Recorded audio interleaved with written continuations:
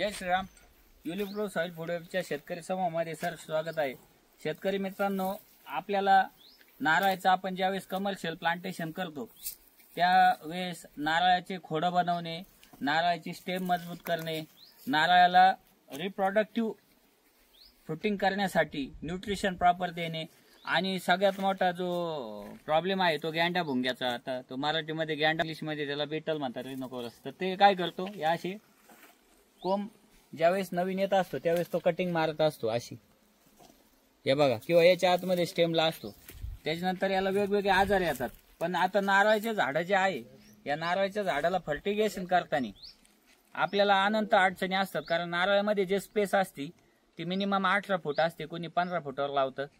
तर त्याच्यामध्ये फर्टिगेशन करणे, प्रॉपर न्यूट्रिशन अपटेक झालं पाहिजे. तर आता हा जो प्रॉब्लेम आहे हा कॉज आहे. आणि प्लस आपल्याला नारळाच्या झाडाला चांगल्या प्रकारे त्याचे न्यूट्रिशन देण्यासाठी आपण रूट फिडिंग हा प्रयोग करणार आहे. म्हणजे हा प्रयोग नाही, ही प्रॅक्टिस आहे रूट फिडिंगची. तर ही रूट फिडिंग कशी करायची, तर जे आमचे जे प्रोफेशनल आहे, जे नारळामध्ये प्रुनिंग करतात, पंडुरे, हे आपल्या युलिप ग्रो सॉइल फूड वेबचे सगळ्या प्रुनिंगचे हे एक्सपर्ट आहे. यांना बाकीचे सगळ्या छाटण्या वगैरे त्याच्यासाठी आपण हे प्रोफेशनल पाठवत असतो प्लॉटवर.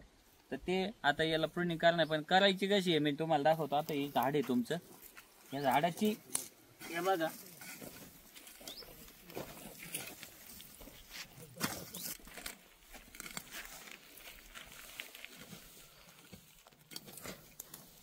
घे पुढं, हे बघा.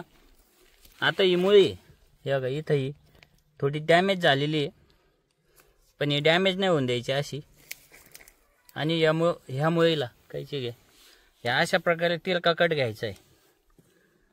हे बघा असा, हे पकडताना अशी पकडायची गायची, आणि हिला असा कट घातल्यावर अशा प्रकारे इथे कट बसतो हा तिरका 35 डिग्रीमध्ये. याच्यामध्ये आधी रबर बँड टाकून घ्यायचा.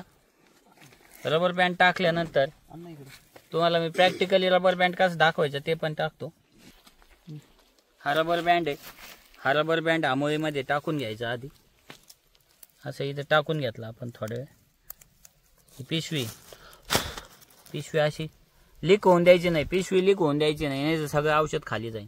पिशवी आला त्याच्यात घातली, पिशवी घातल्यानंतर इथं अशा पद्धतीने पॅक करायचं आहे. आणि हा रबर बँड जो आहे तो तुम्हाला इथं लावून टाकायचा आहे असं. आणि याच्यामध्ये तुमचं औषध असणार आहे. ही मुळी ही रात्रीतून सगळं अपटेक करेल आणि ते डायरेक्ट झाडाला जाईल. याने काय फायदा होतो ते तुम्हाला मी सांगतो. याने किलोमधलं खत ग्रॅममध्ये येतं, लिटरमधलं औषध ml मध्ये येतं. याचा बेनिफिट असा आहे, पर्टिक्युलर 1.5-2 ml 4 ml जाईल, पण त्याने त्या झाडाला पूर्णतः ते अपटेक होईल प्रॉपर. आणि असं तुम्ही मटेरियल आपण जे टाकतो ते लीच आउट होऊन किती % अपटेक होईल हे कोणी सांगू शकत नाही. या पद्धतीने कमीत कमी खर्चामध्ये आपल्याला रूट फिडिंग देता येते. याने तुमचे बरेचसे आजार कव्हर करता येतात.